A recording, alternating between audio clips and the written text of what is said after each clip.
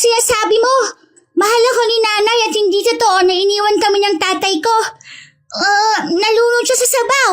Ang sabi ni nanay, kaya hindi niya kami iniwan, kundi namatay siya. Dali-daling iniabot niya yung pamasahe sa driver matapos na pumara ng tricycle. Nadatna na naman niyang nakikipag-away ang kanyang pamangkin sa mga kalaro nito. Batid niyang kinakantsawan na naman ito ng mga bata dahil wala itong kinagisnang ama at dahil na rin sa trabaho ng kanyang ina. Hoy! Magsitigil nga kayo. Kayo talagang mga bata, oo. Maglaro lang kayo, hindi yung mag-aaway. Oh, Becca, bakit ang dungis-dungis mo? Tanghaling tapat nandito ka pa sa kalye. Nakikipag-away ka na naman. Ilang beses ko na bang sinabi sa'yo na ayokong nakikipagsabunutan ka kahit kanino? Kumain ka na ba? Nasa na ba ang nanay mo? Sa bahay po, may bisita siya eh. Ang sabi niya, hindi raw po ako uuwi hanggat hindi niya ako tinatawag. Makulit daw po kasi ako eh. Auntie, nagugutom na po ako.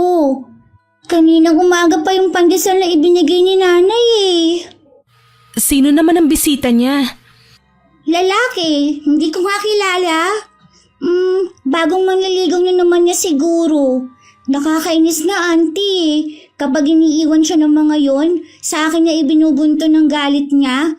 Tapos, palagi niya akong iniiwan sa bahay kapag may lakad sila. O siya, halika na. May pasalubong na tinapay ako sa'yo rito. Tsaka malaki ka na, Becca. Kaya mo nang maligo. Hindi yang puro dungis yung mukha mo. Huwag mong iaasa pa sa nanay mo ang lahat dahil mas marami pa yung oras sa kanyang manliligaw kesa sa'yo.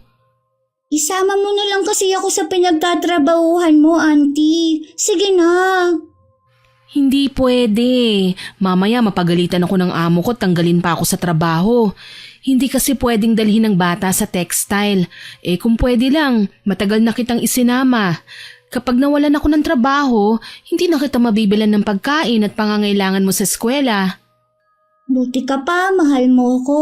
Samantalang si nanay, palagi niya akong pinapagalitan kapag may kailangan akong bilihin sa school. Oh, wag ka nang magtampor yan. Umuwi na tayo para makaligo ka na, ha?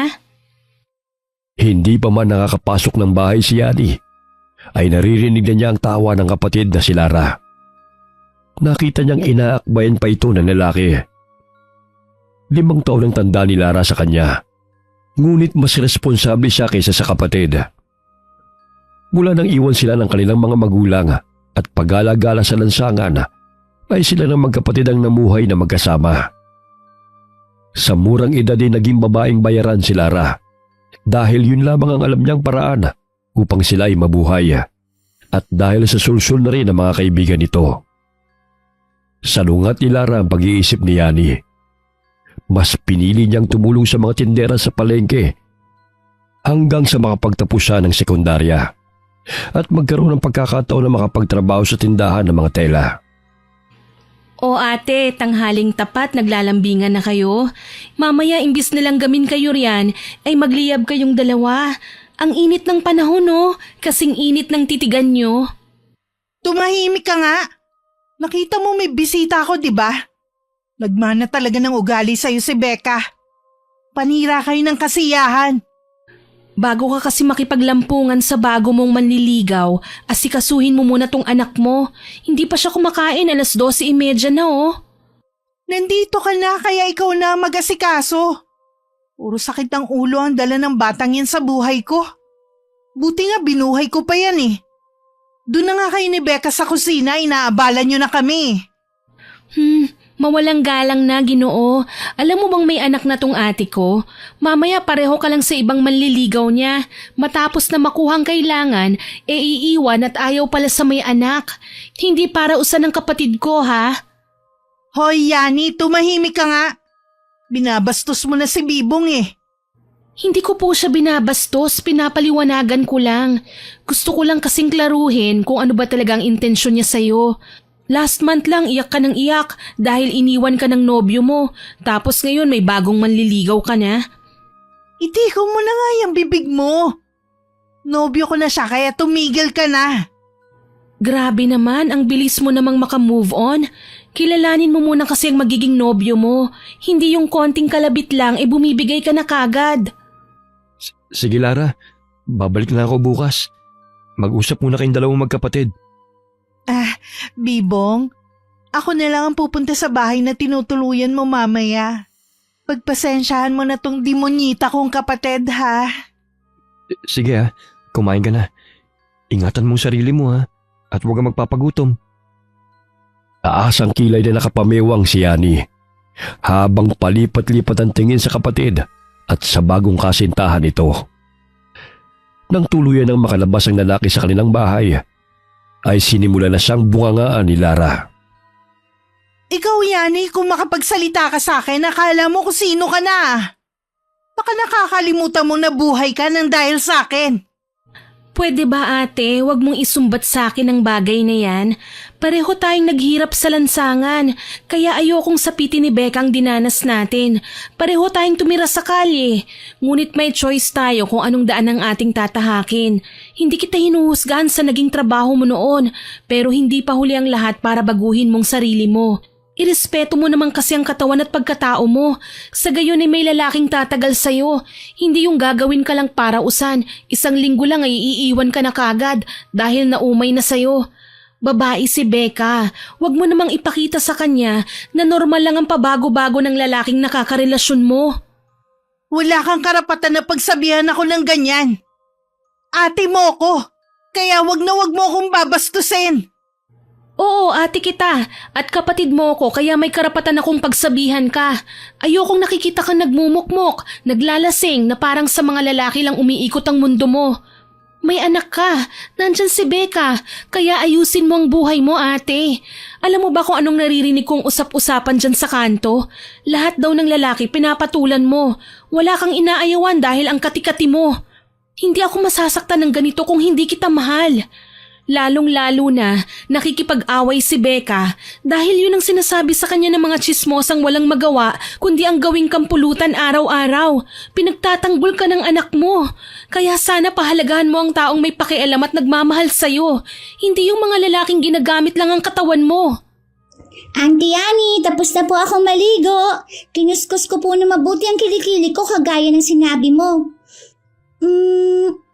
Nag-aaway po ba kayo? Hindi. Halika, magbihis ka na para makakain na tayo. Padabog na umakyat ng kwarto si Lara at malakas na isinarado ang pinto. 17 taong gulang lamang noon si Lara nang isilang nito si Becca.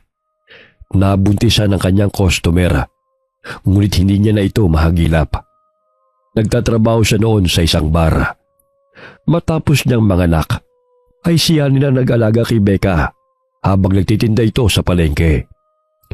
Kaya't naging mas malapit ang loob ni Becca kay Yani kaysa sa sarili nitong ina. Pag nasa trabaho ako, dapat marunong ka ng maligo. Di ba may suklay akong iniwan sa'yo rito? Bakit buhol-buhol na naman tong buhok mo? Kinuha kasi ni nanay, tsaka yung shampoo na iniwan mo sa akin. Sabi niya may sabong labada naman daw ron. Yun na lang po daw ang gagamitin ko. Hay nako, mamaya samahan mo ko sa Divisoria ha, mamimili tayo. Sige po, gusto ko yun. Auntie, may pera ka po ba? Bakit naman? Kung may sobra po, pwede niyo po ba akong bilihan ng manika? Naiinggit po kasi ako kay Napia. Binibilhan sila ng nanay nila. Hindi nila ako sinasali sa laro kasi wala akong manika. Oh, sige na nga. Basta ipangako mo sa akin na magpapakabait ka ha. Lahat ng sinabi ko sa'yo ay susundin mo. Tsaka alagaan mo ang nanay mo kapag nasa trabaho ako. Kada linggo lang kasi ako umuwi rito eh. Sayang din ang pamasahe. E di ipambibili ko na yun ang pagkain natin. Inaalagaan ko naman po siya. Kaya lang mainit po lagi ang ulo niya. Madalas niyang sinasabi na simula nang dumating ako sa buhay niya, nilalas na siya. Huwag mong paniwalaan yan. Mahal ka niya. Lumayo ka na lang sa kanya kapag mainit ang ulo niya para hindi ka niya mapalo. Opo, sige po, kumain na po tayo. Kumukulo na po ang tiyan ko eh. Matapos kumain ay masayang namili ang magtiyahin sa Divisoria. Walang pagsidla ng tuwa si Becca nang ibigay ng kanyang tiyahin ng manika ang gusto nito. Mumurahin lamang yon kumpara sa mga manika ng kanyang mga kalaro. Ngunit walang katumbas na halaga ang manikang yon sa labis na kaligayahan ni Becca.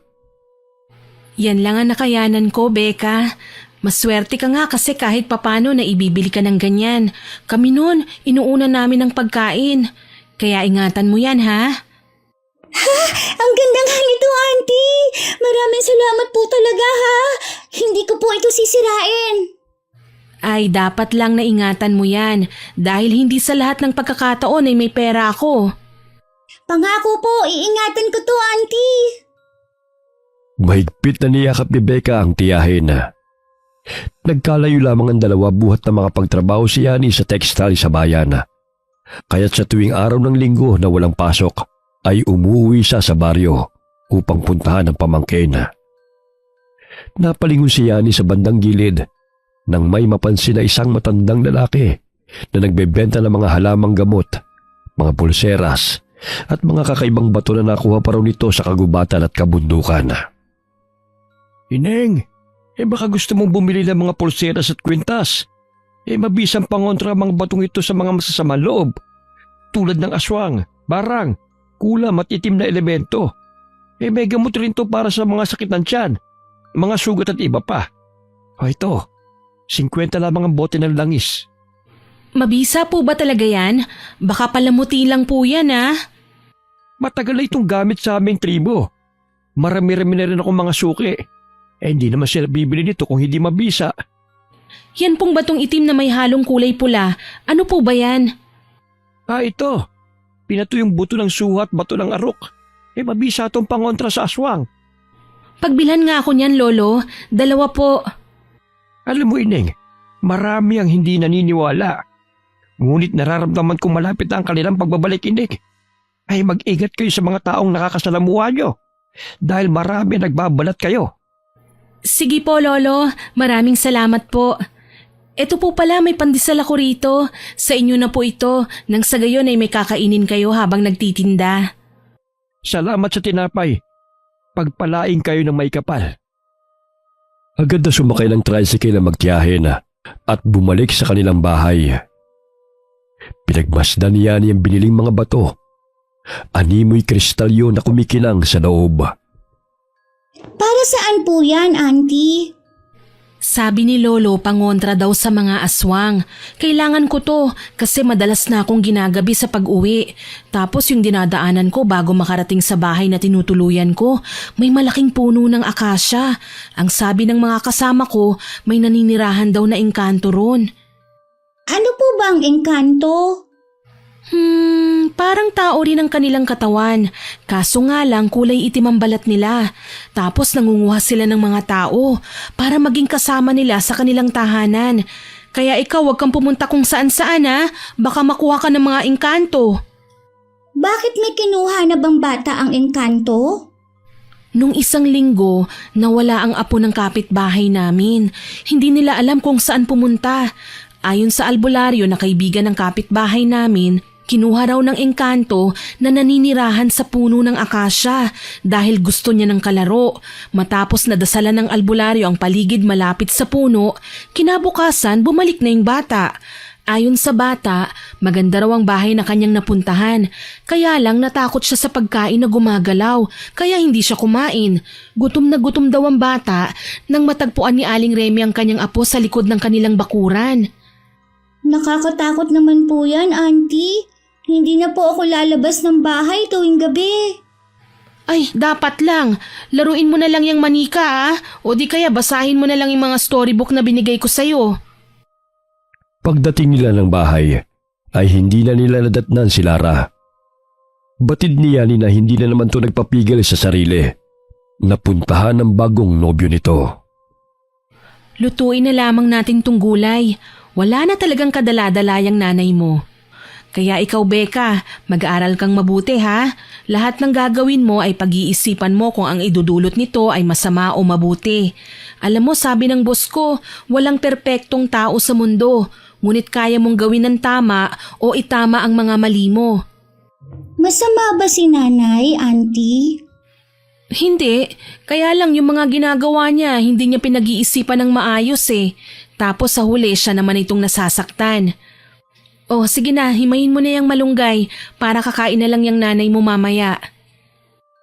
Isinuot ni Yani ang pulseras na may pinudpud na mga batong disenyo sa kamay ng pamangkin. Huwag mo yang hubarin para pareho tayo ng pulseras. Ang ganda niyan. Sa tuwing tinatamaan ng ilaw, kumikislap ang kristal sa loob. Totoo po bang pangontra ito sa aswang, Auntie? Yun ang sabi ni Lolo. Hindi kaya siya ang aswang, Auntie? Kasi ang itim ng balat niya, tapos kulot ang buhok niya. Ay, hindi siya aswang. Isa siyang katutubong Eta. Naninirahan sila sa mga kabundukan at kagubatan. Mabuti nga siya marangal na naghahanap buhay. Hindi katulad sa iba, nagnanakaw lang para kumita. O, kumuha ka na ng pinggan. Malapit nang maluto ang gulay. Si nanay, hihintayin pa ba natin siya bago maghapunan? Hayaan mo na lang siya. Mamaya pa siguro yun uuwi. Mauna na tayong kumain. Matapos na maghapunan, ay nagligpit muli ng mga gamit si Yani. Maaga pa siyang babalik ng trabaho kinabukasan. Magkatabi silang matulog ni Becca kapag naroon siya sa kanilang bahay.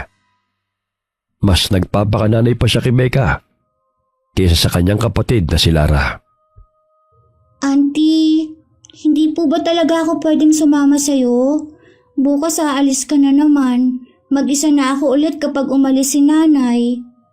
Pag dinala kita ron, mas lalong wala kang bantay. Kahit papano may mga kapitbahay tayo rito sa paligid na nakakakilala sa'yo, kahit wala ang nanay mo rito. Bawal kasi ang bata ron eh. Kaya dapat lahat ng bilin ko sa'yo ay sundin mo. Tuwing linggo nandito naman ako eh. Tapos may pasalubong ka pa. Big girl ka na, hindi ba? Opo, namimiss kasi kita eh. Magkayakap na nakatulog ang dalawa. Habang si Lara hindi pa rin umuwi. 6:00 na ng umagay wala pa rin si Lara. Kaya maagang ginising ni Yani ang pamangkin upang magpaalam. Binigyan na rin niya ito ng pera para may pambili ito ng pagkain. Sapagkat madalas itong nalilipasan ng gutom kapag si Lara ang kasama nito. Habang naglalakad sa daan ay narinig ni Yani ang mga tsismosa na nagbubulong-bulungan at nakatingin pa ito sa kanya. Batid niyang pinag-uusapan siya ng mga ito. Saglit siyang tumigil sa paglalakad at dumapit sa mga nagkukumpulang mga babae. Oh, ba't napatigil kayo sa pagkukwentuhan? Para kasing ako na naman ang pinag-uusapan niyo eh. O Yani, aalis ka na? Bakit nakikihalubilo ka pa rin sa mga tsismosa? Mamaya sumabog pa yung uso mo katulad nila. Wala, tinatanong ko lang kung sino na naman ang topic nila. Matalim kasi ang tingin sa akin eh. Ay nako, umalis ka na. Wala kang mapapala sa kanila. Umuwi ka na nga, hinihintay ka na ni Becca. Tapos yung suot mo pakiayos naman. Konting kembot na lang ilalabas na yung kaluluwa mo eh. Pakialamera ka talaga kahit kailan. Ang init-init eh. Komportable ako sa ganitong damit. Napangiti siya nang makitang halos lumuwa ang mga mata ng mga ito habang nakatingin kay Lara. Maging si Yani ay hindi nakaligtas sa panghuhusga ng mga kababaihan dahil sa trabaho ng kanyang kapatid. Agad siyang sumakay ng tricycle ang dumaan yun sa kanyang harapan. Pagdating ng bahay ni Lara ay agad itong inutusan ng anak na ipagtimpla siya ng kape. Nakasimangot pa ito kaya binato niya ito ng unan. Hoy! Wala ang tiyahin mo rito. Kaya huwag ka magbuhay prinsesa. Ako ang kasama mo kaya bumangon ka na riyan. Laban mo rin yung mga damit ko. Ang aga-aga pa, Nay. Gusto ko pa po matulog. Babangon ka o ibabalibag kita riyan. Babangon na nga. Kaya mo naman magtimpla ng kape. Nung isang araw nga, tinimplahan mo ng kape si Mang Bibong. Tapos na hindi ka na marunong. Ibang usapan yon. Tsaka pwede ba wag mo akong bisitin? Ang aga-aga eh. Ito na nga po, magtitimpla na po.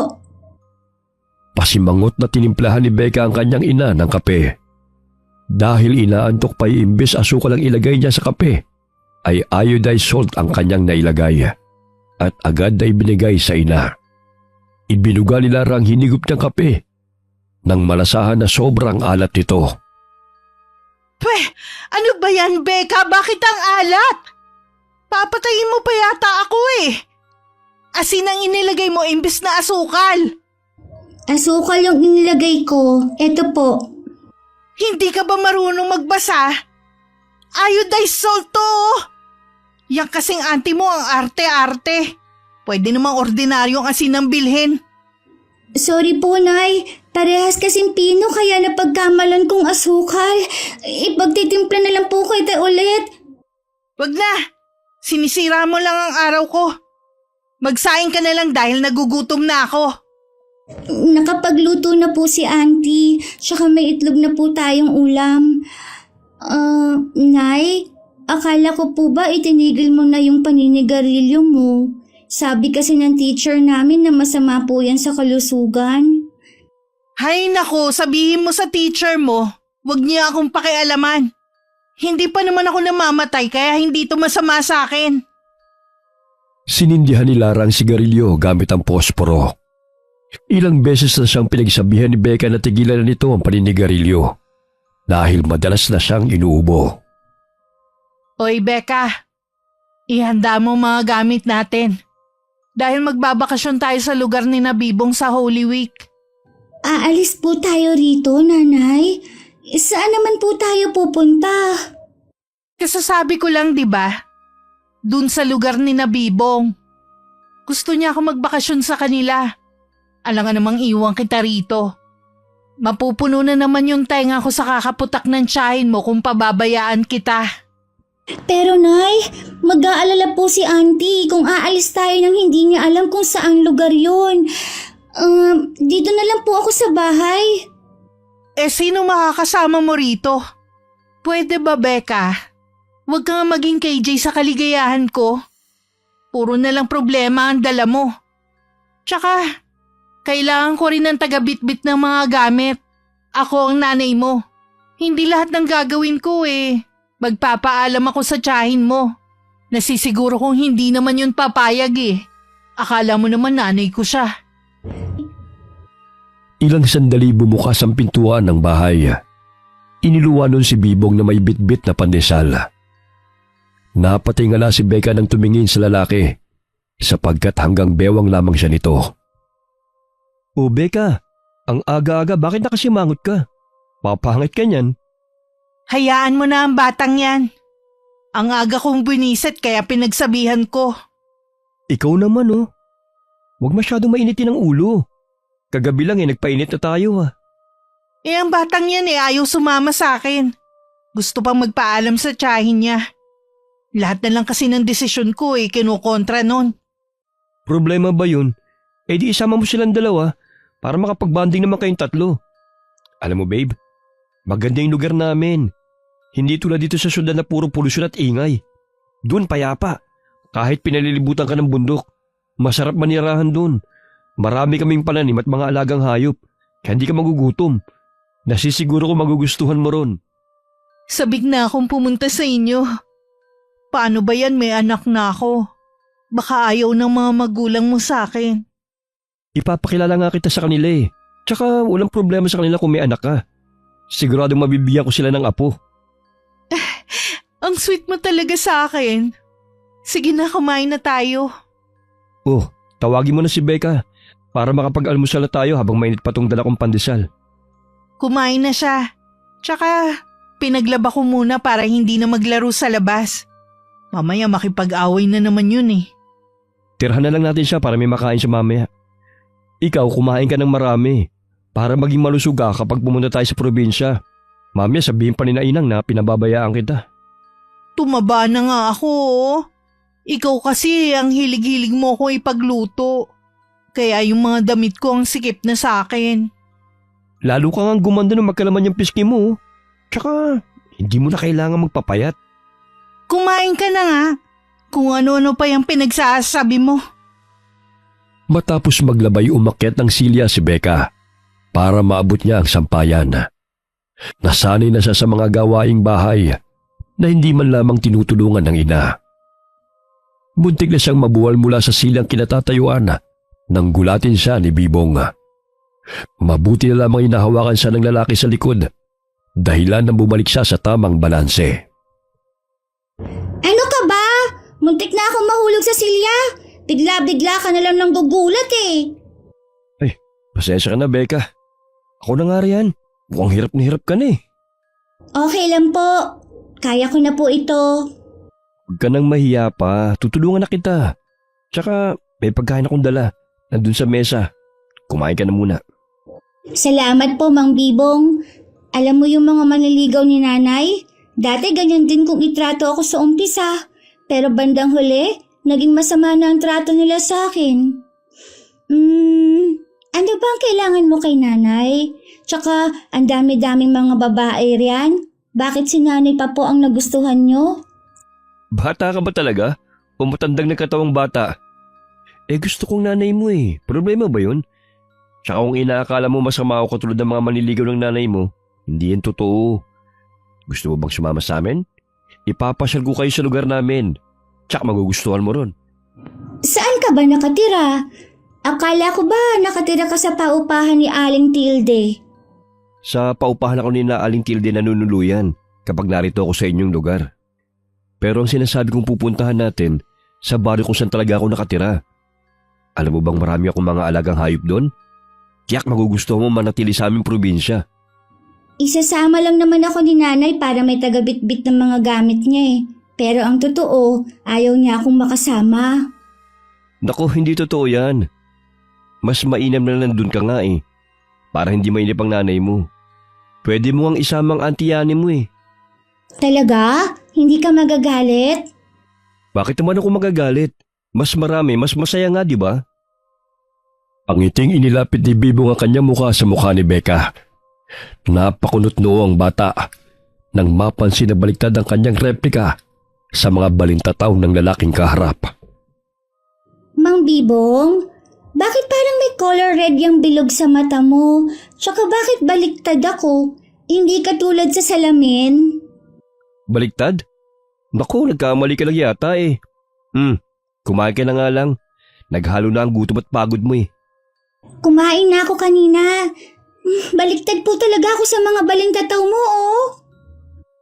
Kinurap-kurap ni Bibong ang kanyang mga mata at muling inilapit ang mukha sa bata. Gayon na lamang ang mapanuring tingin ni Becca sa mga mata ng lalaki.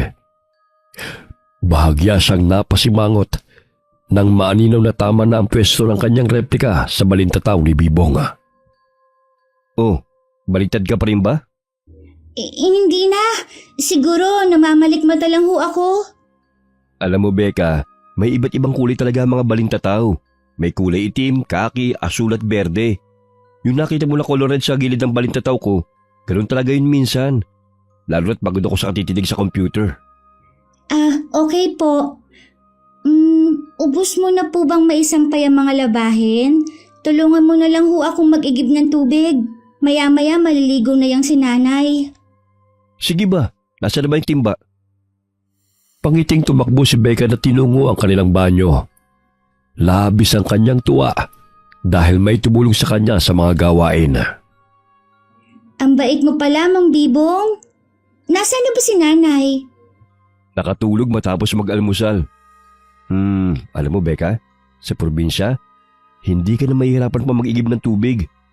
Hindi ka tulad dito na kailangan mo pang pumila at makipag-unahan sa mga tao. Dun sa amin, malinis ang tubig ng talon. Malapit lang sa aming bahay, kaya hindi na pahirapan ng tubig. Pwede ka rin maligo ron. Talaga ho? Ang galing naman. Gusto ko po yun, Mang Bibong. Pwede bang wag mo na akong tawagin Mang Bibong? Ang pangit kasing pakinggan eh. Tito na lang para hindi masagwa. Bati naman tayo, di ba? Sige po, Tito. Yun! Ang gandang pakinggan. Matapos na mapuno ang mga sisidlan ng tubig, ay dali-daling pumasok ng bahay si Becca. Nakaramdam siya ng gutom, kaya't kumain siya ng dalang pagkain ni Bibong. Yan ang gusto ko, yung kumain ka Becca, para tumaba ka naman. Tsaka huwag ka masyado maglaro sa labas, baka magkasakit ka pa niyan eh, dahil sobrang init ngayon. Alam mo, Tito, sa lahat ng manliligaw ni nanay, ikaw lang itong mukhang mabait. Paano mo naman nasabi yun? Kasi ikaw lang tong tumulong sa akin sa pag-iigib ng tubig. Sana bukas naman ulit ha. Oo ba? Basta bago tayo pumunta sa probinsya, pataba ka na ha? Para hindi ako sabihin ni na inang na ginugutom ko kayo. E di magdala ka na maraming pagkain araw-araw. Ilang araw ang lumipas. Napapansin ni Lara na naging malapit ang loob ng anak sa nobyo nitong si Bibong. Kaya't lihim na mas lalo siyang napahanga sa lalaki. Tumaba rin silang mag-ina dahil madalas silang ipagluto nito. Mabait naman yung anak mo. Ikaw nga lang tong palagi siyang pinagagalitan. Oh, malapit ang maluto tong tinolang niluluto ko. Tawagin mo na si Becca para makapananghali na tayo. Napahinto sa paglalaro si Becca ng kanyang manika nang tawagin siya ni Lara. Unang beses na nakasabay niya ang ina sa pagkain nang hindi siya sinesermonan. Animoy buo silang pamilya kung titignan habang kumakain. Araw yun ng Sabado, day off ni Yani, kaya umuwi siya matapos niyang maggrocery. Saglit siyang napahinto sa pintuan nang makitang masayang nanananghalian ng tatlo. Mukhang masaya kayo ngayon Mabuti at may nadatnan na akong pagkain sa mesa. Parang nakakapanibago naman. Oh, Yani, sabayan mo na kaming kumain. Tamang-tama ang pagdating mo. Auntie, dito ka na po umupo sa tabi ko. Alam mo, Auntie Yani, masarap po pala magluto si Tito Bibong. Tsaka tinutulungan niya akong mag-igib ng tubig, kaya hindi na ako nahihirapan. Eh di mabuti. Parang tumaba na nga kayo ng nanay mo Kumain ka na nga. Kung ano-ano pa yung pinagsasabi mo. Maging si Yani lihim na nakaramdam ng tuwa dahil naging disente ang suot ng kanyang kapatid. Simula nang dumating si Bibong ay tila nagkaroon ng buong pamilya si Becca at naramdaman ito na magkaroon ng ama. Siya nga pala. Gusto kaming isama ni Bibong sa probinsya nila. Long weekend naman kaya naisip naming magbakasyon. Saan ba ang lugar nila? Sa Baryo Kalingaw. Parang ngayon ko lang narinig ang lugar na yan Tsaka hindi ba delikadong mamasyal kapag Holy Week? Kung ayaw mong sumama, dumito ka na lang sa bahay. Magbabakasyon ako, kaya huwag ka nang kumontra. Tsaka isasama ko yan si Becca. Para may magbitbit ng mga dala ko. Gagawin mo pa talagang personal assistant tong si Becca?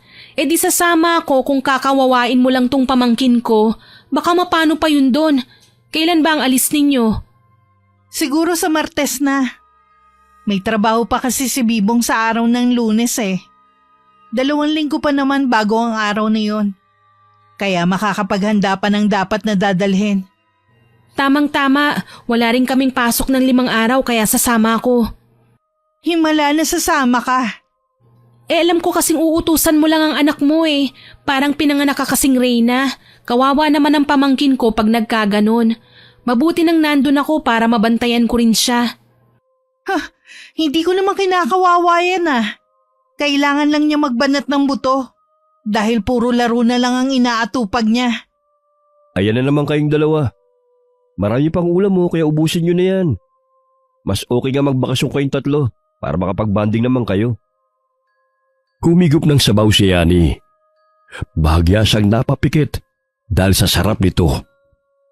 Napasulyap siya sa pamangkin at napangiti naman ito sa kanya. Binulungan niya ito dahilan na tumawa si Becca.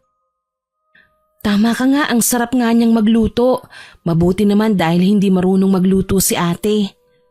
Oo nga po, Auntie. Anong binubulong-bulong yung dalawa riyan? Alam kong pinag-uusapan niyo na naman ako. Hindi ang sabi ko kasi masarap ngang magluto itong si Bibong. Isang technician si Bibong na nagkukumpuni ng mga sirang computer at cellphone. May pwesto ito malapit sa palengke.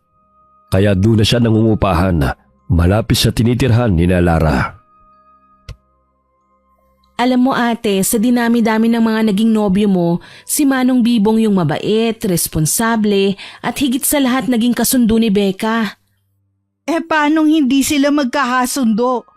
Si Bibong na ang gumagawa ng mga gawain dito sa bahay. Naku, dapat nga ikaw ang gumawa hindi itong si Becca. 8 taon lang siya, no? Hindi lahat ng mga gawain ay dapat na iutos sa kanya. Bata lang siya at paminsan-minsan ay kailangan niyang makipaglaro. Ay, alam mo, 2 na kayo ni Bibong na pinagsasabihan ako ng ganyan tungkol kay Becca. Nabibingin na ang tenga ko sa paulit-ulit na paalala. Mas bagay nga sa yung disenteng damit at hindi na lumalabas yung boobs mo. Tumaba kasi ako Hindi na kasya ang mga damit ko. Kaya puro t-shirt na lang ang sinusuot ko. Tsaka ipapakilala niya ako sa mga magulang niya. Hindi niya gustong pumunta ako sa kanila na nangangayayat. Baka sabihin na pinababayaan daw niya ako. Ayaw mo nun, alagang-alaga ka? Di ba yan naman ang gusto mo? Tumigil na rin pala ako sa trabaho ko. Pinatigil na kasi ako ni Bibong Mabuti naman kung ganun, tsaka maaari ka namang maghanap ng trabaho, yung marangal, para naman hindi ka matamatahin ng magiging biyenan mo. Ay, medyo kinakabahan nga ako, Yani. Pero ang sabi ni Bibong mabait naman daw ang pamilya niya. Yun naman pala kaya wala kang dapat na ikatakot. Sa palagay ko, siya na ang dawan mo. Sobrang maasikaso nga niya sa inyo ni Becca Pareho na kayong tumaba. Mag-iimpake na ako ng dadalhin ko, ha? Ikaw na ang maghanda sa mga gamit ni Becca. Para naman anytime Bibit-bitin na lang natin ng mga gamit. Bukas babalik naman ako sa bayan. May trabaho pa kasi ako bago ang Holy Week. Pero sa susunod na Lunes uuwi ako rito. Ano bang ipabibili mo na babaunin natin? Pagkain na lang natin. Matakaw pa naman yan si Becca. Nakakaya naman kung wala tayong dala ron. Matapos bumaba ng tricycle si Yani, ay napadaan siya sa tapat ng matandang lalaki na nagtitinda ng mga halamang gamot. Nakalatag ang paninda nito sa malapad na sako sa gilid ng Divisoria. O Ineng, kamusta ka? Ikinigagalak kung makita kang muli. Lolo, mabuti naman po. Eto nga suot ko ng pulseras na binili ko sa inyo. Tsaka medyo hindi na po ako natatakot dahil wala na po akong nararamdaman sa bahay na inuupahan ko. Dati kapag ginagabi ko sa daan, parang may sumusunod po sa akin Mag-iingat ka, Ineng. Huwag ka basta-basta magtitiwala sa mga taong nakapaligid sa'yo. Marami ang mapagkunwari. Hindi lahat ng mabuti ang pinapakita sa'yo ay dapat mong paniwalaan. Nararamdaman ko rin ang nagbabadyang panganib na dala ng mga taong nakapalibot sa inyo. Ito ang langis na may sangkap ng samut-sari pangontra sa masasamang nilalang. Ginawa yan sa araw mismo ng Biyernes Santo nakaraang taon. Personal na pagmamayari ko to. Ngunit ibibigay ko na lamang sa ito. Pag-iingat ka saan ka mang magpunta. Tinatakot niyo naman ako, Lolo. Pero salamat po rito, ha. Magkano po ba ito? Ayun na yan. Basta huwag mong kalimutan na mag-iingat ka. Saan ka man magpunta. Opo, sige may jeep na pong paparating. Inihatid ng tingin ni Lolo Meno si Yani. Bukod sa katutubong Aita na nagbebenta ng mga bato at halamang gamot, ay isa rin manggagamot si Lolo. Kasama niyang lumuluwas ng bayan ng kanyang mag-anak sa palengke o di kaya sa plaza. Watak-watak sila ng lugar ng pinagbebentahan. Hindi mawaglit sa isip ni Yani ang sinabi ng matandang Aita. Bahagya siyang napabuntong hininga at mahigpit na nahawakan ng bote ng langis. Sana naman hindi magkatotoo ang sinabi ni Lolo na may panganib na paparating. Basta sumasapit ang Semana Santa, maraming sakuna ang nangyayari Tulad nung nalulunod. Imbis kasi na magnilay-nilay nag-outing pa. Hay nako, pag sinabihan ko naman si Ate Lara na wag na kaming tumuloy kina Bibong, naku tiyak uusok na naman yun sa galit. Napahinto sa pag-iisip siya ng biglang pumreno ang sasakyan. Dahil biglang tumawid ang aso sa kalsada.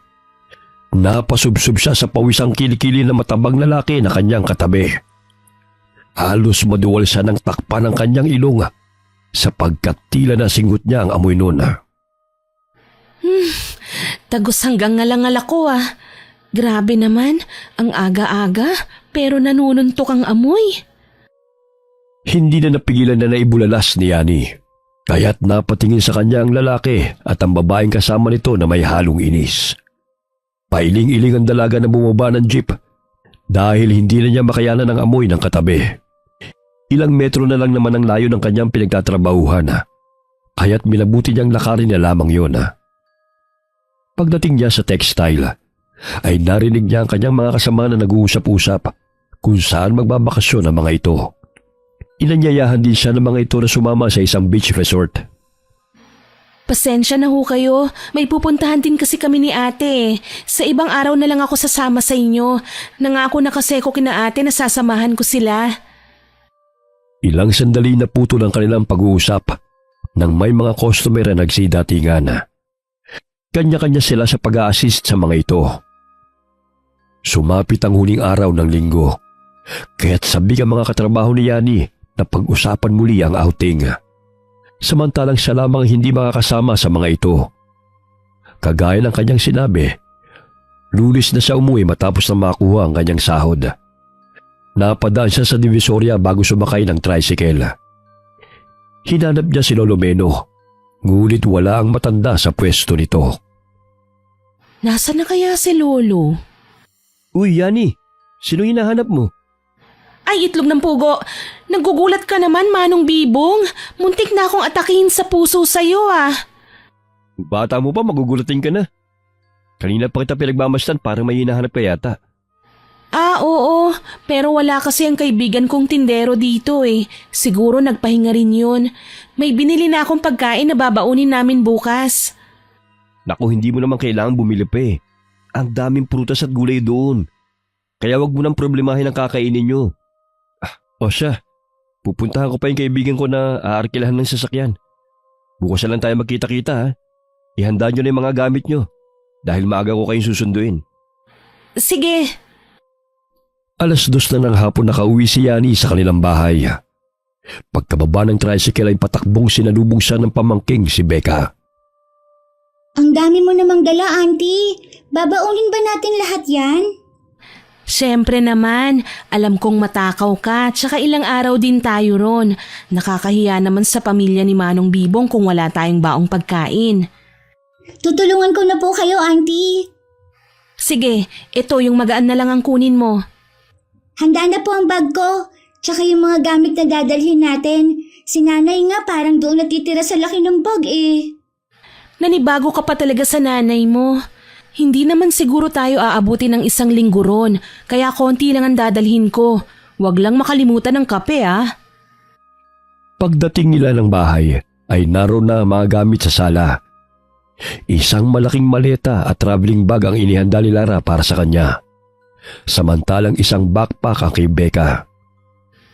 May plano ka pa bang umuwi rito? Parang dun ka natitira. Para sure lang no, kinumpleto ko na ang dadalhin. Binuksan ni Lara ang plastic na dala ng kapatid upang tignan ang pinamili nito. Dadalhin mo ba tong iodized salt? Pagkamalan pa tong asukal Bakit bang hilig-hilig mong bumili nito? Hayaan mo na nga lang dyan. Sinabihan kasi ako ng kasamahan ko na maganda yung gawing body scrub, imbis na sugar scrub ang gagamitin. Madalas kasi akong nilalanggam kapag sugar scrub ang ginagamit ko Kaya kuminis yung balat mo dahil sa iodized salt na to. Susubukan ko pa lang kung effective, kaya wag mo nang problemahin yan. Itabi mo na yan. Mamaya ilagay na naman yan ni Becca sa tinitimpla niyang kape Nakapaniyali na nabasa ang bulsa ng kanyang bag na pinaglalagyan niya ng bote ng langis na ibinigay sa kanya ni Lolo Meno. Kinuha niya yon upang tignan ngunit mahigpit namang nakasarado ang takip. Kaya't iniligay niya ito sa plastic na may ziplock upang hindi matapon sa kanyang bag. Kinabukasan, 6:00 ng umaga'y sinundo na sila ni Bibong. Ganun na lamang ang pananabik ni Lara nang pumasok sa kotse bit-bit ang mga gamit. O tara na? Excited na ba kayo? Siyempre naman. Hay naku, makakapagbakasyon din sa wakas. Ikaw, Becca, excited ka na ba? Opo, Tito.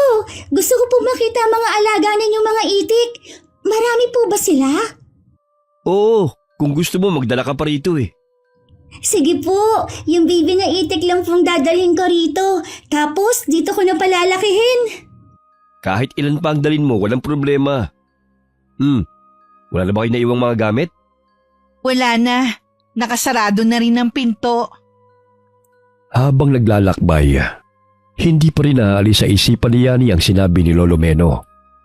Kaya't hinaplos niya ang pulseras na binili niya sa matanda.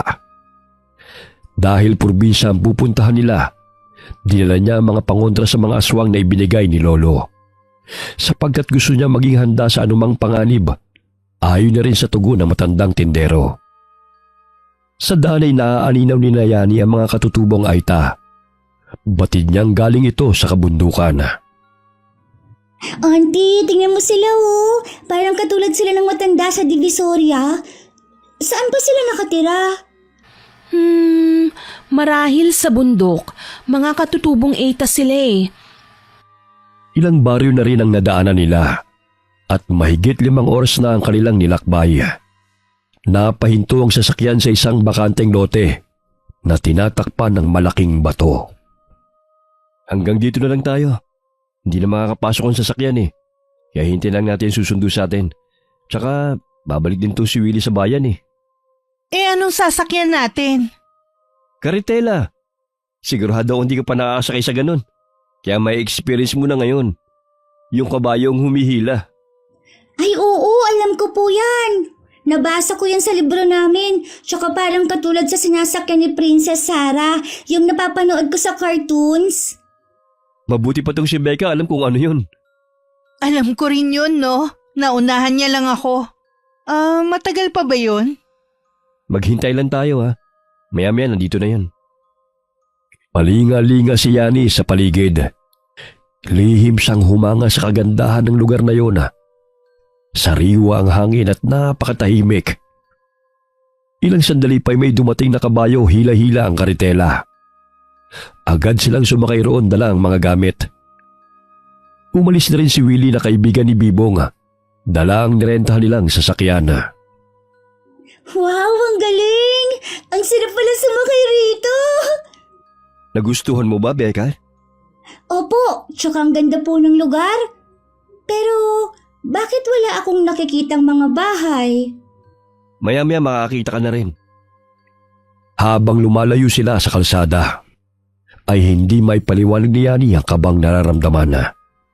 Ngunit labis ang paghanga niya sa magagandang tanawin na kanilang nadadaanan. Tila isang lugar na hindi pa nadidiskubre ng mga tao na maaaring gawing tourist spot. Mahigit 1 oras din ang kanilang paglalakbay sakay ng karitela. Hanggang sa tuluyan na nilang narating ang Baryo Kalingaw. Napalunok ng sariling laway si Yani nang mapansin na kakaibang tingin ng mga tao sa kanila. Animoy nagniningning ang mga mata habang nakaawang ang mga bibig. Oh, nandito na tayo. Huwag kayong mag-alala. Ganyan lang ang mga yan. Minsan lang kasi kami magkaroon ng bisita, kaya sabik silang makilala kayo. Oo nga eh. Ang weirdo nga nila kung makatingin. Kung na magdadala ng mga gamit nyo, sundan nyo na lamang ako. Siguradong hinihintay na tayo na inang sa bahay. Halos umalingaw-ngaw sa paligid ng malakas na tili ni Lara nang biglang hawakan ng isang lalaki ang kanyang paa. Naglalaway pang nakatingin ito sa kanya na nooy gumagapang sa lupa. Turo! Bitiwan mo siya! Bisita natin sila, kaya wag mo namang takutin. Bitiwan mo nga ako. Pagpasensya mo na sa Turo. Pinanganak siyang may kapansanan kaya gumagapang sa lupa. Hindi siya nakakapagsalita. Pero nakakaintindi naman kung kakausapin. Hindi rin siya nakakalakad. Maging si Beck ay napayakap kay Yani dahil sa gulat. Inilibot ng dalaga ang kanyang mga mata. Pabilis ng pabilis ang tibok ng kanyang puso. Dahil halos lahat ng mga mata ng mga taong naroon ay nakatuon sa kanila. Ito na ang bahay namin. Pasensya na't simple lang to ha. Ang ganda nga eh. Parang maliit na mansyong yari sa matibay ng mga kahoy. Sige na, pumasok na kayo. Natitiyak kong sabik na silang makilala kayo. Bumungad sa paningin ni Yani ang ama at ina ni Bibong. Naroon din ang 2 mga kapatid nito sa sala. Marahang tumayo ang ina ni Bibong mula sa pagkakaupo sa sala at agad silang nilapitan. Mahigpit na hinawakan ni Yani ang kamay ng pamangkin dahil sa hindi may paliwanag na kaba. Pilit siyang ngumiti sa ginang upang hindi siya nito mahalata. Auntie, parang nakakatakot po siya. Tingnan mo, kamukha niya yung witch sa Rapunzel na napanood ko sa TV. Huwag kang maingay. Mamaya marinig ka. Umupo muna kayo sa sala. Ipapasok lang itong mga gamit nyo para makapagpahinga na rin kayo. Babe, pwede ba kitang makausap saglit? Oh, bakit? Ang sabi mo magugustuhan ko rito. Pero wala pang isang oras eh. Parang gusto ko nang umuwi. Nakakatakot naman dito sa inyo oh. Tingnan mo sila kung paano nila kami titigan. Alam ko naninibago ka lang. Huwag ka mag-alala. Masasanay ka rin sa kanila. Ngayon lang kasi sila nakakita ng maganda eh. Walang mangyayaring masama sa inyo rito. Hinalikan ni Bibong sa noo si Lara upang maibsan ang takot na nararamdaman ito. Matapos niyang maipasok ang mga gamit sa loob ng kwarto, ay isa-isa niya itong ipinakilala sa kanyang mga magulang. Ganun na lamang ang saya ng mga ito nang bumisita sila Lara sa kanila. Napako rin ang tingin ng ama ni Bibong kay Becca, kaya't hindi humihiwalay si Yani sa pamangkin. Auntie, kanina pa ako tinitingnan ng matandang lalaking yun oh. Nakakatakot po siya. Naku, nakyutan lang siguro sa'yo kasi bilugan na ang pisngi mo. Basta wag mong huhubarin ang pulseras na binigay ko sa'yo ha. Tsaka kung anong sasabihin ko, dapat mong sundin, maliwanag ba? Opo, auntie. Suot ko naman po ang pulselas eh. Habang kumakain ay wala pa ring imik sina Yani at Becca. Samantalang si Lara ay kinakausap ng ina ni Bibong. Isang tanong isang sagot lamang siya dahil naninibago pa sa mga tao na kanilang kaharap. May inilapag na inihaw na karne ang kapatid ni Bibong sa hapag. Napansin ni Yani na hindi pa luto yun dahil may dugo-dugo pa. Bagamat yun ang inulam ng mga magulang ni Bibong na sina Christina at Delio. Huwag na kayo mahiya, kain lang ng kain. O ikaw Yani, ayaw mo na ba? Kumain ka pa. Para tumaba ka tulad ng ate mo at ni Becca. Busog na ako. Tito, gusto ko po sana kumain ng inihaw. Kaso parang hilaw pa yan eh. Ay, sige. Ipasasalan ko na lang ulit kay Dado sa apoy. Kinuha naman kasi kagad kahit hindi pa luto oh. Uy, Becca, tama na yan. Kanina ka pa kumakain eh. Tignan mo nga yung tiyan mo, parang puputok na. Hayaan mo siya, marami pa namang pagkain eh. Maging sila rin napahinto sa pagkain dahil hindi masikmura ang paraan ng pagkain ng ama ni Bibong na naroon sa kanyang harapan. Tumatalsik pa ang likido mula sa kinakagat itong karne at tila baboy ito kung gumuya ng pagkain. Babe, pwede bang magpahinga na kami? Pagod na kami sa biyahe eh. Pero hindi pa tapos kumain si Becca oh. Busog na yan. Mamaya hindi pa yan matunawan sa katakawan niya. Agad nilang tinungo ang silid matapos nilang kumain. Tila hindi komportable ang ina ni Bibong sa tuwing lumalapit siya kay Yani dahil hindi siya nakakatagal maging kay Becca. Napasulyap ito sa pulseras na suot ng dalawa. Kinabukasan ay ipinasyal ni Bibong ang kanyang mga bisita. Ang pangambang naramdaman ni Yani at Lara ay napalitan ng pagkamangha sa tanawin na kanilang nakikita. Naligo sila sa talon kung saan malinis ang tubig. Ang ganda-ganda dito, auntie. Hindi na kailangan na magbobomba pa sa puso. Ang lamig-lamig pa ng tubig. Mag-iingat ka, baka madapa ka. Mabato pa naman. Maging si Yani nagtampisaw sa tubig. Masaya silang naligo ng pamangkin. Samantalang sina Bibong at Lara naman ay magkasama. Nakisabay na rin ang ilang mga bata sa kanila. Dahil madaldal si Becca, ay madali niyang naging kaibigan ng mga batang naroon. Noon lamang siya nakaranas na tratuhin ng maganda. Hindi katulad sa kanilang lugar na madalas ay inaaway siya ng mga bata. Sa utos na rin ng mga magulang ng mga ito, nalayuan siya. Oh, umahon na muna kay Rian. May dala akong buko oh. Wow, paborito ko yan. Inutusan ko yung mga bata. Ang bilis silang umakit sa mga nyog. Hindi ko na kaya eh. Dahil tumaba na rin ako. Grabe no? Libre lang dito yung mga prutas. Sariwa pa. Samantalang sa syudad lahat binibili. Maging si Yani at Becca ay uminom ng sariwang sabaw ng buko. Nakakalimutan nila ang pangambang nararamdaman dahil sa labis na kasiyahan. Noon lamang nakita ni Yani na tumawa ang kanyang kapatid habang nakikipag-agawan ng buko kay Becca. Napatingin siya sa paligid. Masaya silang pinagmamasdan ng mga bata at mga kapamilya ni Bibong. Naging judgmental lang siguro ako. Nakakahiya naman sa kanila.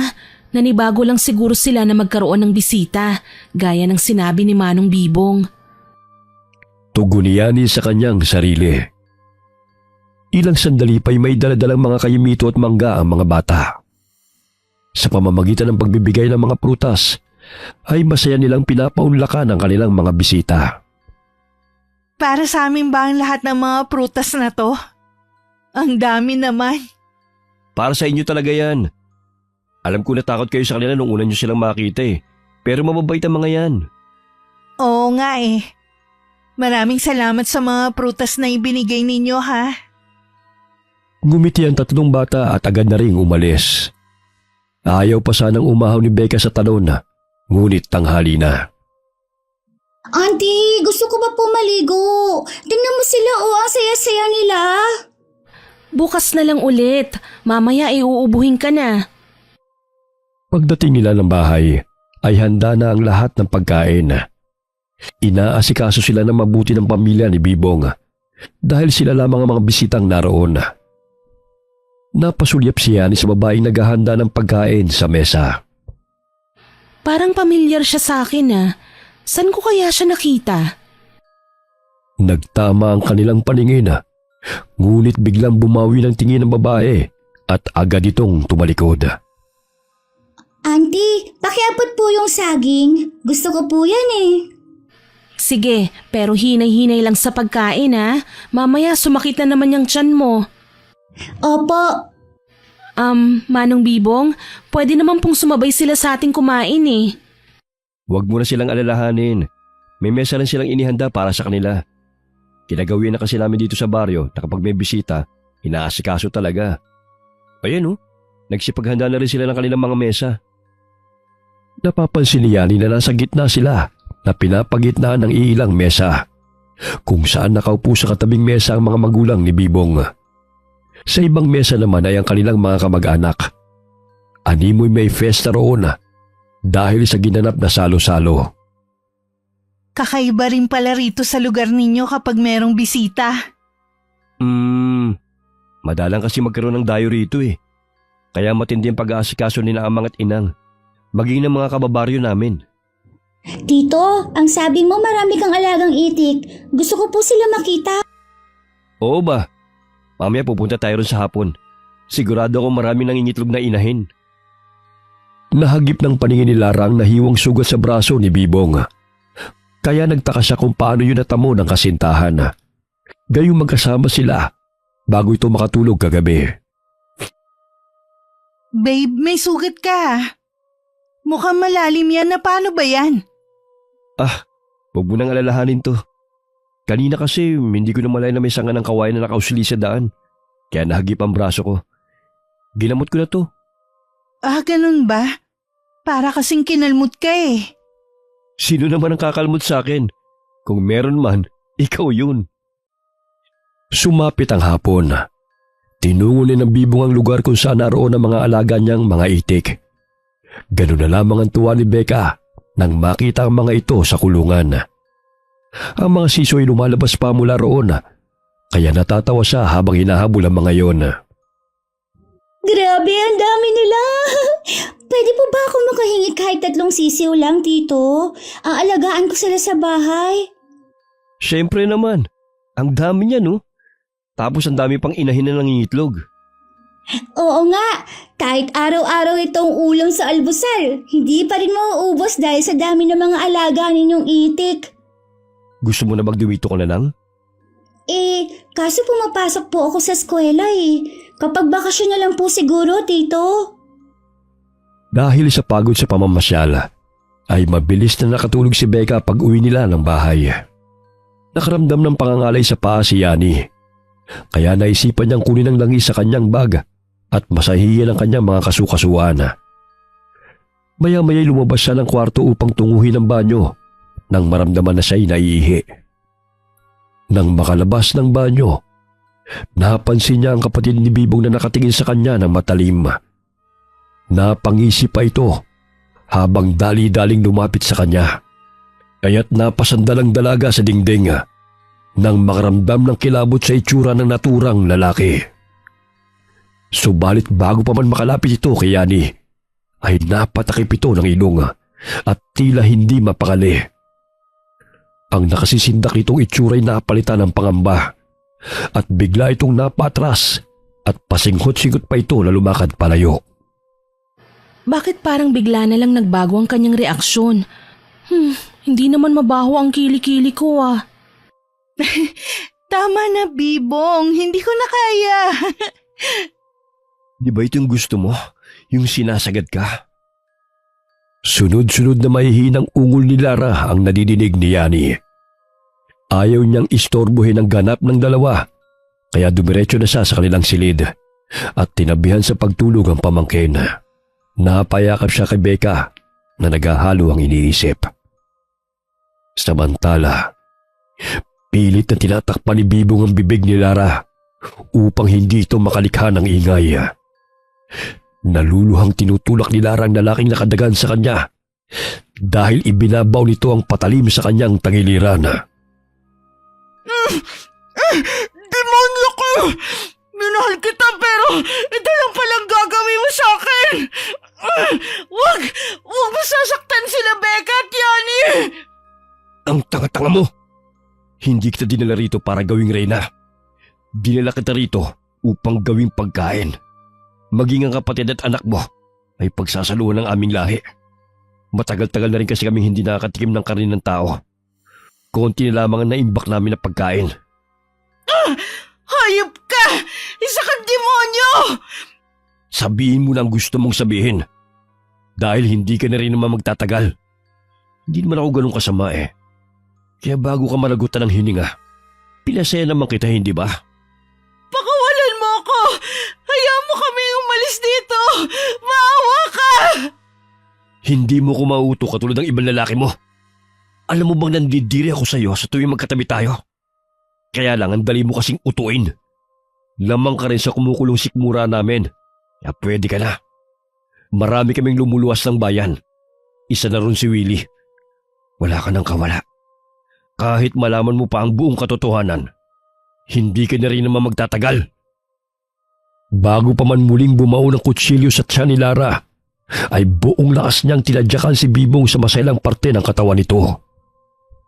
Ngunit hindi sapat ang kanyang lakas upang masaktan ng lalaki. Dahil sa inis ni Bibong, ay paulit-ulit siyang inundayan ito ng saksak hanggang sa tuluyan na siyang nanghina. Tumulo pa ang mga luha sa mga mata ni Lara habang inaalalang masasayang alaala nilang magkapatid kasama si Becca. Ilang sandali pa'y tumigil ang pagtibok ng pulso ni Lara at tuloy na itong binawian ng buhay. Nakaramdam ng pagkauhaw si Lara kaya tinungo niya ang kusina upang kumuha ng tubig. Ngunit hindi niya inaasahan na masasaksihan niya ang pagkatay ni Mang Delio sa matabang lalaki. Nakita rin niya ang dalawang ulo na naroon sa loob ng lumang banga. Kaya't dali-dali siyang tumakbo patungo sa silid ni Yani. Ngunit bago pa man niya mabuksan yun, ay malakas na hinila siya ni Bibong at ipinasok sa kanilang kwarto at doon pinaslang. Balisa si Yani sa kanilang hinihigaan. Hindi niya alam kung bakit hindi siya mapakali. Nakakarinig siya ng mga kalabog mula sa labas ng kanilang silid. Kaya't marahan niyang binuksan ang pintuan at tinignan kung ano nangyayari. Namilog ang kanyang mga mata nang makita ang dugo ang kapatid na nooy buhat na ni Dado. Habang si Bibong ay nakatayo sa pintuan, marahan niyang isinara ang pinto at tinungo ang natutulog na si Becca. Becca, gising! Gumising ka! Kailangan nating makaalis dito. Auntie, inaantok pa po ako. Pakiusap, gumising ka! Nanganganib ang buhay natin dito. Kinuha nila si ate. Hindi ko alam kung buhay pa ba siya o patay na. Ano? Pinatay nila si nanay? Isumbong natin kay tito. Shh! Huwag kang maingay. Kailangan nating makalabas dito. Wala tayong ibang kakampi kundi ang mga sarili natin. Diyan tayo dadaan sa bintana. Kailangan nating umalis dito bago pa nila tayo patayin. Isinuot niya ang kanyang backpack at dahan-dahan niyang binuksan ang bintana. Hindi niya maipaliwanag ang takot na kanyang nararamdaman. Ngunit nanaig sa kanyang isipan na kailangan nilang makaligtas ni Becca. Auntie, natatakot po ako. Baka mahuli nila tayo. Hindi kita iiwan. Dahan-dahan baka makita nila tayo. Narinig nilang bumukas ang pintuan ng silid, kaya't dali-dali silang tumakbo palayo. Napahinto sila sa tapat ng kusina. Dahil sa kawayan lamang ang dingding, ay sumilip si Becca roon at nakita si Lara na nakahiga sa ibabaw ng mesa. Auntie, si nanay yun, diba? Huwag kang maingay, mamaya marinig nila tayo. Anong gagawin nila kay nanay? Bakit nila pinatay si nanay, auntie? Hindi ko rin alam kung bakit, pero kailangan nating makalayo rito bago pa nila tayo mahuli. Tinakpan niya ang mga mata ni Becca nang tadtarin ni Mang Delio ang katawan ni Lara. Hinagis pa nito ang ulo sa banga kung saan sila malapit na nagkukubli, kaya tumalsik pa ang dugo sa kanila. Halika, doon tayo. Kailangan nating makarating kung saan naroon ang karitela. Kailangan nating makasakay ron. Sige po. Muli silang tumakbo, ngunit humarang sa kanilang harapan sina Dado at Bibong. Gumingisip pa si Dado habang lumalapit sa magtiyahin. Gabi na. Bakit lumabas kayo ng silid nyo? Gusto lang naming magpahangin. Nainitan kasi itong si Becca. Pumasok na kayo sa silid nyo. Baka mapano kayo rito. Mamaya na. Hindi na kasi kami inaantok. Ayos lang kami rito. Ang sabi ko, pumasok na kayo ng bahay. Huwag nyo kong galitin. Bakit? Anong gagawin mo sa amin? Itutulad mo ba kami kay Ate Lara? Bakit hinayaan mo siyang tadtarin ng iyong ama? Dinala mo ba kami rito para gawing pagkain? Hoy! Huwag mo kong angasan.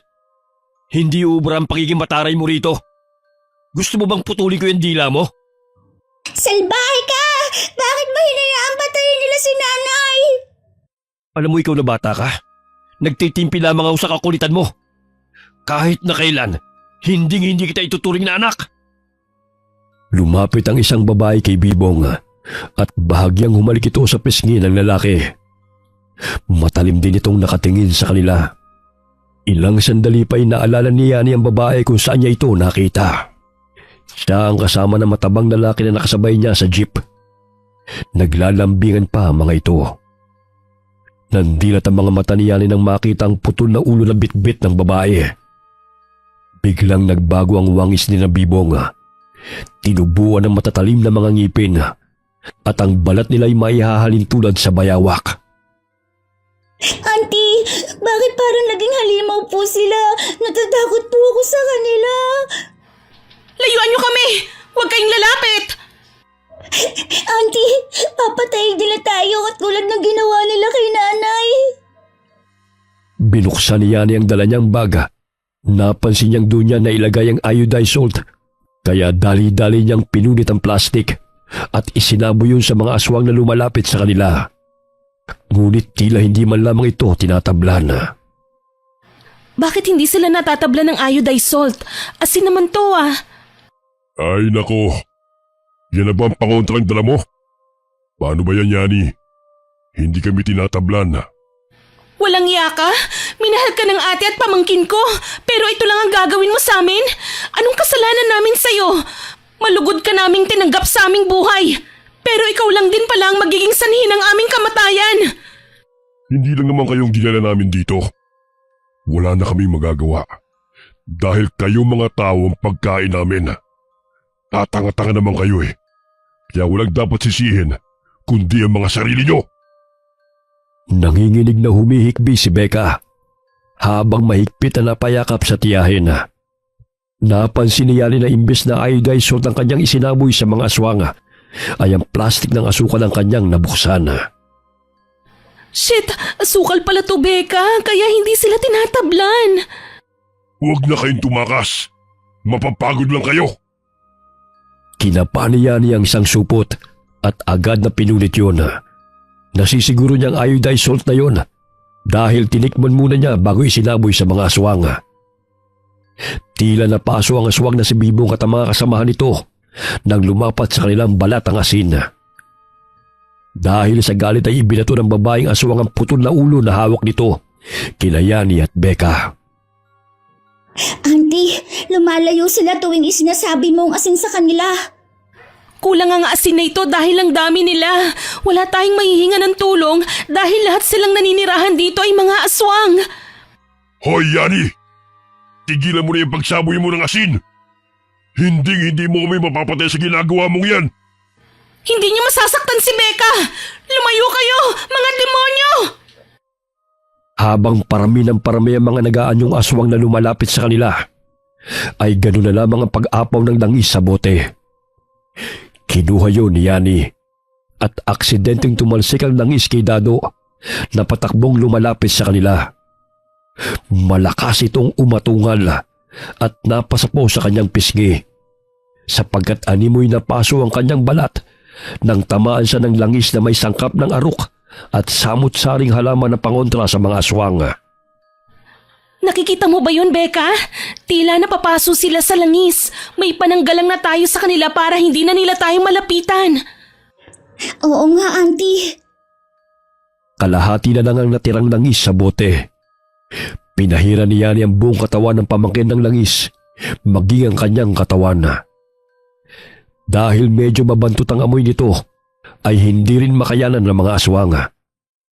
Sa tuwing dumadampi sa kanilang balat, ay hindi nila mapigilan ng pangangati at napapaso rin sila. Gawa yun sa halaman ng arok na kinatatakutan at iniiwasan ng mga aswang, lalo na ang mutya nito. Lumalayo ang mga aswang sa tuwing lumalapit ang magtiyahin sa kanila. Hulihin niyo sila! Hindi maaaring makatakas sa dalawang yan! Dahil tutugisin na naman tayo ng mga tao kapag nalaman nila ang ating tinitirhan. Hindi ko sukat akalain na may malakas ang pangontra. Bakit kasi hindi mo sinigurado bago mo sila dinala rito? Dahil wala naman akong naramdamang kakaiba nung naglalakbay kami. Marahil may gumagabay sa kanila. Malakas ang kapangyarihan na bumabalot sa babaeng yan. Magiging malaking problema natin siya kapag hinayaan natin siyang makatakas. Kaya patayin silang dalawa!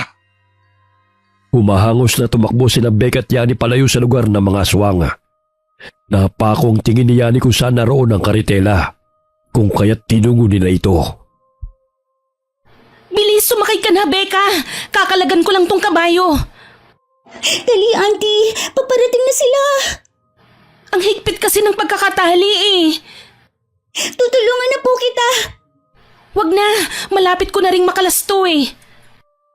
Agad na sumakay si Yani sa karitela nang tuluyan ng makalaga ng kabayo. Hinampas niya ang likod nito gamit ang maliit na sanga ng kahoy, kaya tumakbo ito palayo. Gayon na lamang ang paghabol sa kanila ng mga aswang, habang iba'y sumakay rin sa karitela na nakikipaghabulan sa magtiyahin. Auntie, hinahabol nila tayo. Malapit na sila. Binibilisan ko na nga, kaso parang pagod na rin tong kabayo eh. Kapwa sila napasigaw nang biglang huminto ang kabayo at malakas na humalinghing bago bumagsak sa lupa. Naninaw ni Yani na may bumaong patalim sa leeg ng kabayo na inihagis ni Bibong. Auntie, Bakit ano nangyari sa kabayo? Becca, tinamaan siya ng patalim sa leeg. Mukhang patay na siya. Paano na po yan? Hindi na tayo makakaalis pa rito. Halika, doon tayo magtatago sa mga halaman. Natisod si Becca. Kaya inalalayan siya ni Yani na makapagtago sa damuhan. Biglang napalingon si Becca mula sa kanilang likuran nang may marinig na humahangos. Naninig nilang dalawa na may batang aswang na nakangisi at patakbo itong lumundag upang sakmalin si Yani. Subalit maliksing sinabuhin siya ng dalaga ng iodized salt, kaya't bumagsak ito sa lupa at namimilipit sa sakit. Lumayo ka! Hindi ako magdadalawang isip na saktan ka kung magpupumilit kang lumapit! Naapakan ni Yani ang patalim na pagmamayari ng batang aswang, kaya't kinuha niya yon upang gawing sandata laban sa mga aswang na humahabol sa kanila. Auntie, tingnan mo oh. Yung bato sa purseras natin parang kumikinang. Oo nga, ano kaya ang pinapahiwatig nito? Di ba ang sabi ni Lolo na pinagbilhan mo nito, pangontra to sa aswang? Tingnan mo oh, tumakbo ang bata nang makitang kumikinang tong porselas ko oh. Tumatalab na nga siguro ang bisa nito sa aswang. Huwag mong iwalayan ha. Kahit hindi pa tayo sigurado sa bisa nito, maaaring makakatulong sa atin ito. Tulad na lamang ng langis na binigay ni Lolo Meno. Napatigil sila sa pag-uusap nang marinig ang mga halinghingat at ungal ng mga aswang sa paligid. Yani! Becca! Lumabas na kayo!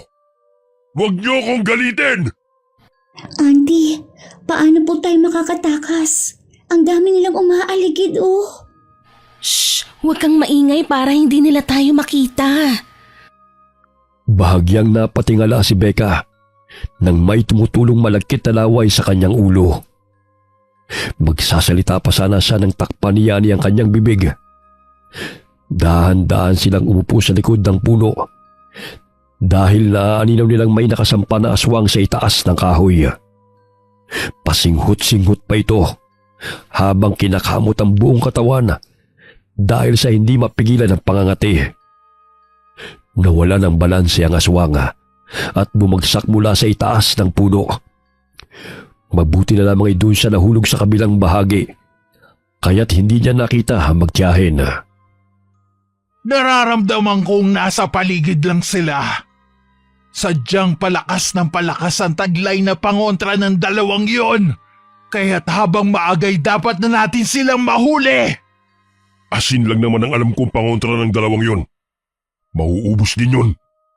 Hindi lang yun. Kundi nararamdaman ko may taglay silang mutya na siyang nagpoprotekta sa kanila. Ang pangangati ng katawan at pagkapaso ng ating mga kasamahan ay sanhiyo ng kanilang tangang kapangyarihan. Mga kasama, hanapin niyo sila!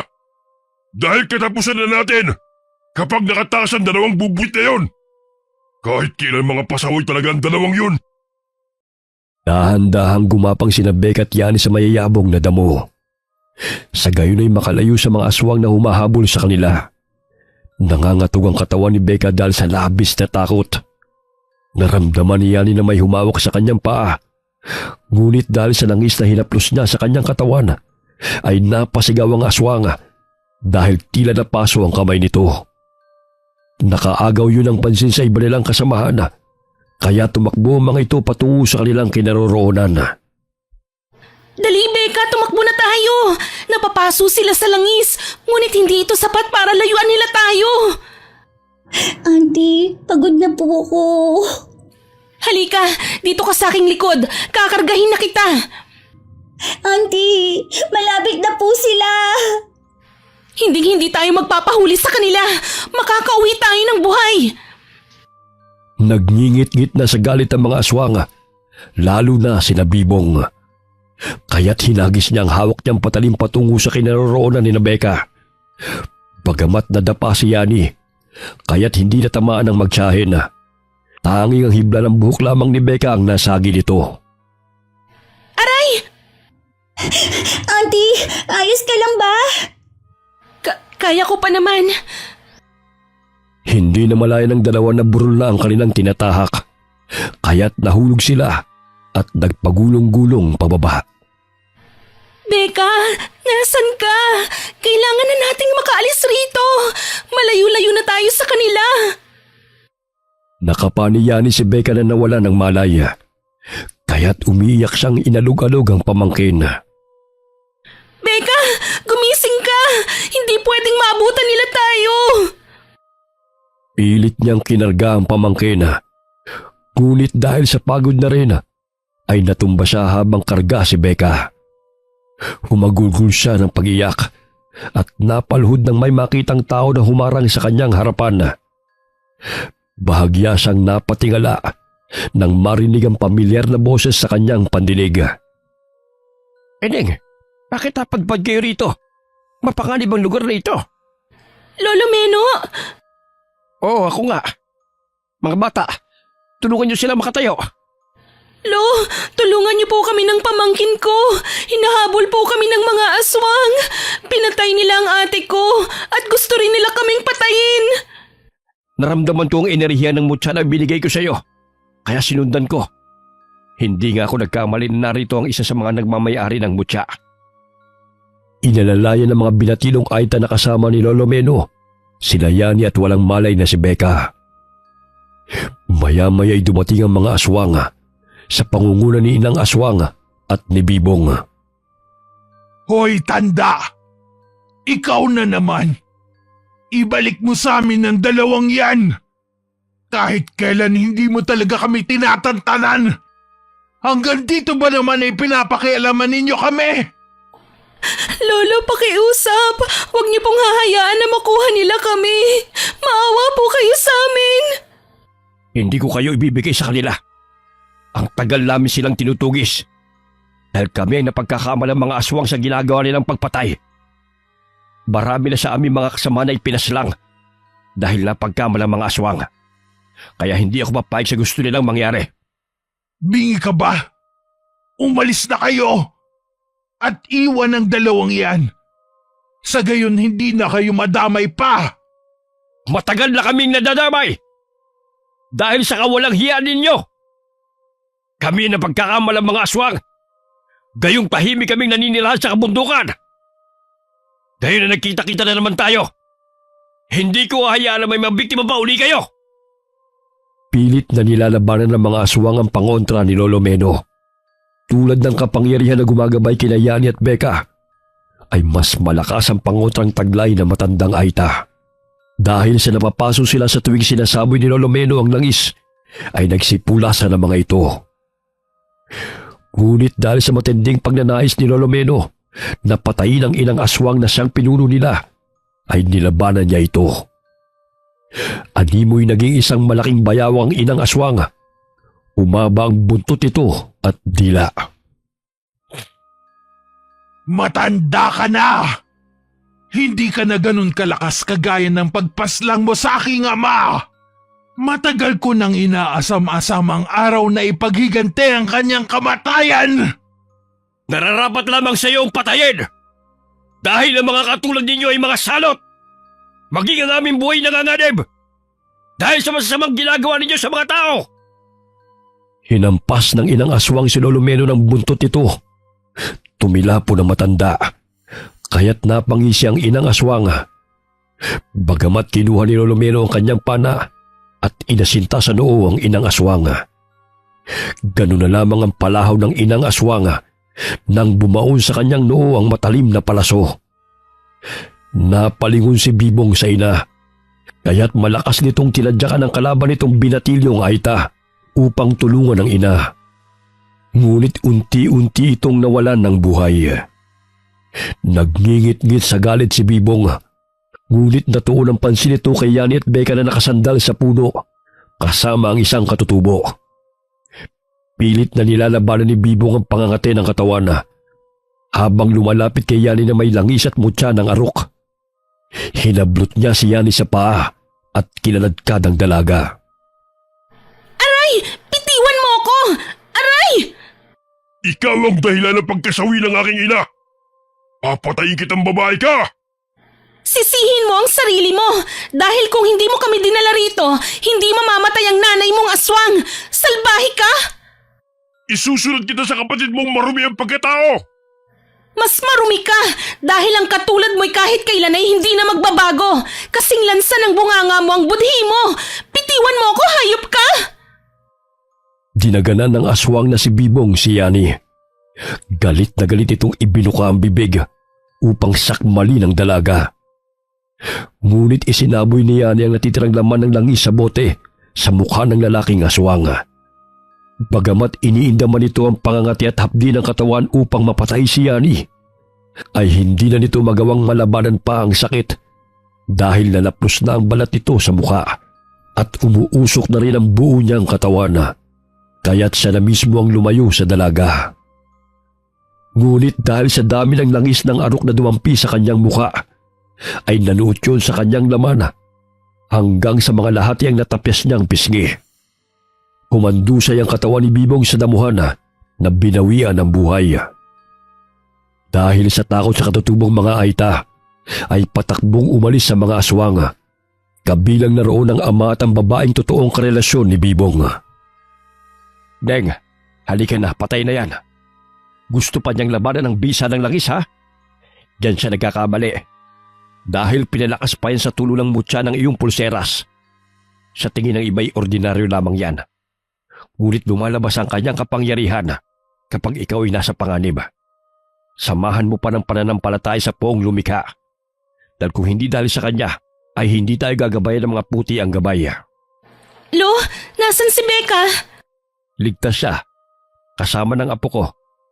Nawalan lamang siya ng malay dahil sa matinding pagod at takot. Gagamutin ko siya pagdating natin sa tribo. Halika na, si Orem na lamang magbubuhat sa pamangkin mo. Lolo, natatakot po akong balikan ng mga aswang. Maaari kayong manirahan kasama namin. Alam kong babalikan kayo ng mga kasama nila sa syudad.